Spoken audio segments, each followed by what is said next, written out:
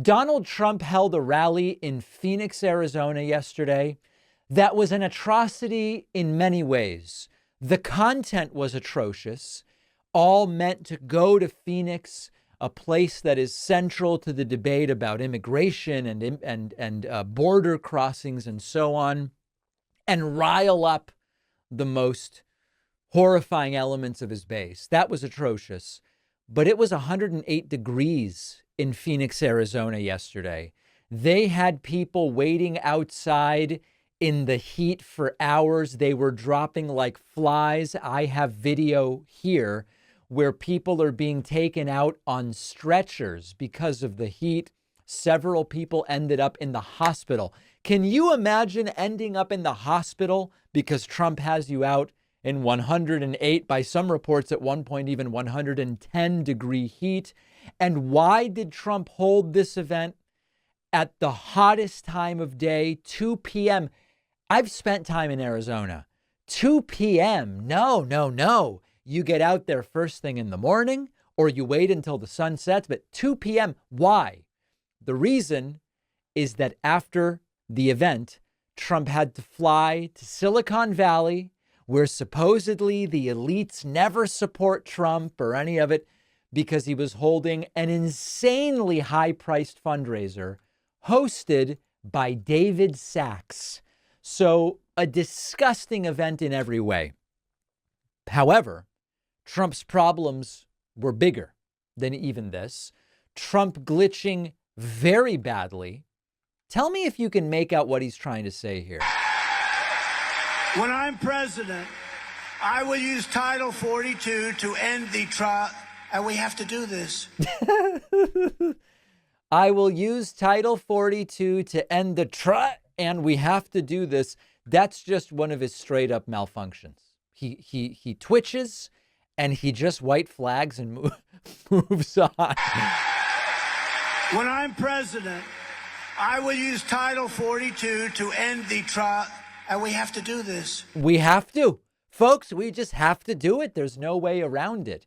On the topic of the death penalty, Trump using words that I recognize from the English language, but they're not in an order and in a syntax that makes any sense to me. And when I mentioned it, and I do it purposely, I mentioned the death penalty, and without it, you're never going to solve the problem. If you look at Singapore, if you look at the only countries essentially that don't have a problem are people with either really strong crime prevention or countries with the death penalty. I think he's arguing for speedy and summary executions of people after kangaroo court trials. Doesn't exactly sound like due process to me. And Singapore is another one. They don't even know what you're talking about when you say, do you have a drug problem? Do you have a drug problem? No, we don't have a drug. Why would we have a drug problem?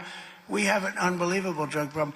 We lost last year, in my opinion, 300,000 people. Trump has an opinion. I love that. You know, think about that. You know, I have a chapter in my forthcoming book, Echo Machine. I know it used to, this is a whole other story, which I don't even want to bring people into right now. But the book was initially going to be called Echo. Then it was going to be called The Echo Machine. And then it was decided by way above my pay grade that we really don't need the. So in my forthcoming book, Echo Machine, I outline in great detail how we got to a point where there isn't even agreement about what are facts. Now, I'm not saying what the facts are. That's a different question. What the facts are means how many people died of drug overdoses last year, right? That's a question of what are the facts.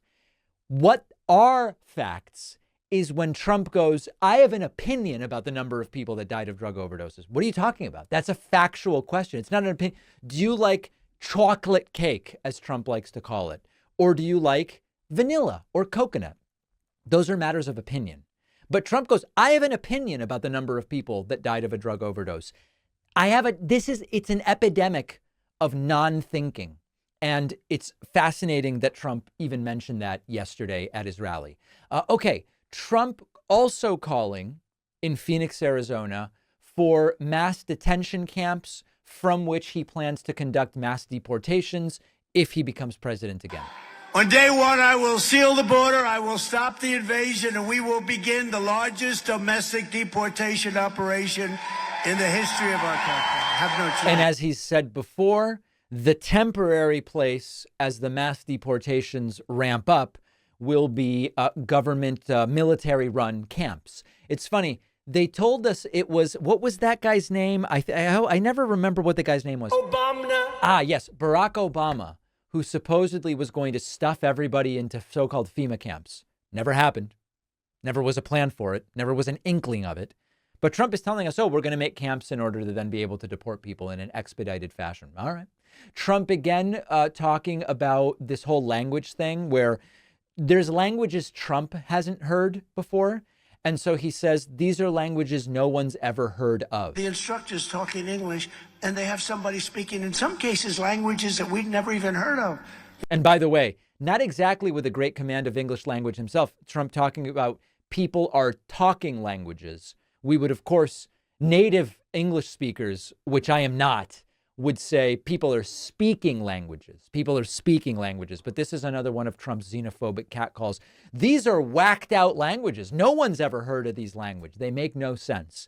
From the standpoint of more generic political lies, Trump also dropped in a few, including this doozy. I funded the colleges and black colleges and universities. Nobody else did that. Nobody else even thought of it. And what we're That is, of course, a lie. President Joe Biden. Now, like it or not, some people say, I don't like the concept of a historically black college or university. Okay, well, that's not what's at issue. What's at issue is it true that nobody but Trump has funded HBCUs? It is not true.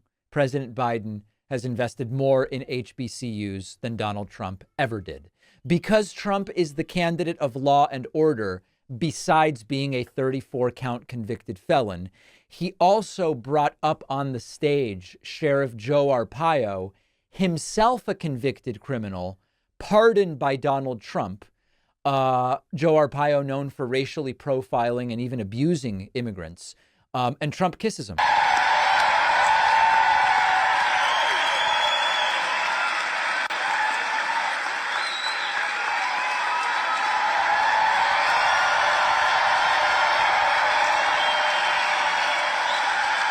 And there it is.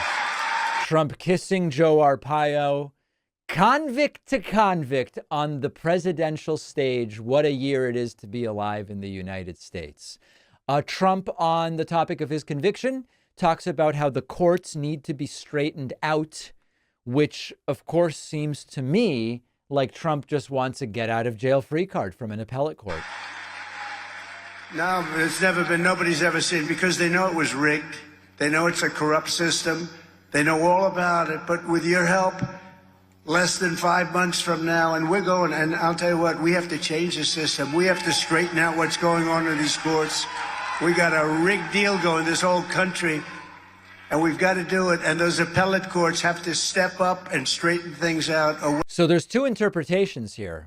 More narrowly, it's the appellate court needs to straighten out my conviction. I need my conviction overturned. Bigger picture, it's we need to sick the courts on my political enemies, which, of course, Trump has admitted and conceded before. Trump waxing poetic about authoritarian Chinese leader Xi Jinping. In China, I was with President Xi, 1.4 billion people, strong guy, and we get along well. As always, Trump touting his great relationship with the very strong Xi. A really strange moment, Trump asking if there were Venezuelan criminals at his rally, sort of taking a survey. And there may be, is there any criminal from Venezuela in the room? Please raise your hand. There probably is, we just don't know about it. There you go, sort of a strange moment. And then Trump ending on a positive note where he says, if I don't win, it's the end of the United States of America, really inspiring the crowd at the end. If we don't win, it's all of us, it's millions of people. If we don't win, this country is finished. I really believe that. I think it's finished. There you go. In the reality, by the way, oh, this is funny, actually. We interviewed this former Trump supporter, Kyle Sweetser, not long ago. He tweeted in reaction to Trump saying this, if Trump loses, America will thrive. However, the un-America fake conservative MAGA scam will be finished. And that's really what's at stake in 2024. And I want people to understand it's not just about what Donald Trump will do in the 4 years between January 25 and January 29, if he lives that long. It's not just about that. It is about, listen, since winning in 2016, they've lost just about everything. 2018, 2020, 2022, 2023 abortion referenda. It's been bad. If we can stave off this Trump in November, it could be the death knell of MAGA Trumpism as we know it. Now, Marjorie Taylor Greene, she's in a very red district. Maybe she figures out a way to survive politically by kind of not being as Trumpy anymore or something like that. But we have the chance, the opportunity, better said, to really put out to pasture into the dustbin of history, as Ron DeSantis would say, MAGA Trumpism, and we should do it. I love exploring new countries. If you follow me on Instagram, you see me in Italy or France or Denmark, Spain.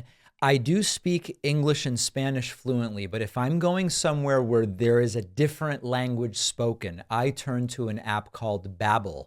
Our sponsor, Babbel, is the app that can help you start speaking a new language in as little as 3 weeks. I'm busy running a business. My daughter is running around. So Babbel's bite-sized 10-minute lessons are just perfect for me. I can do it on the go, do it during a lunch break. It's only a little bit of a time commitment each time, and you end up with a surprising level of comfort with the language after just a few weeks, which was perfect before my recent trip to Italy. Studies from Yale, Michigan State University, and others continue to prove Babbel is better and Babbel is faster. One study found that using Babbel for 15 hours is equivalent to a semester at college in a language class.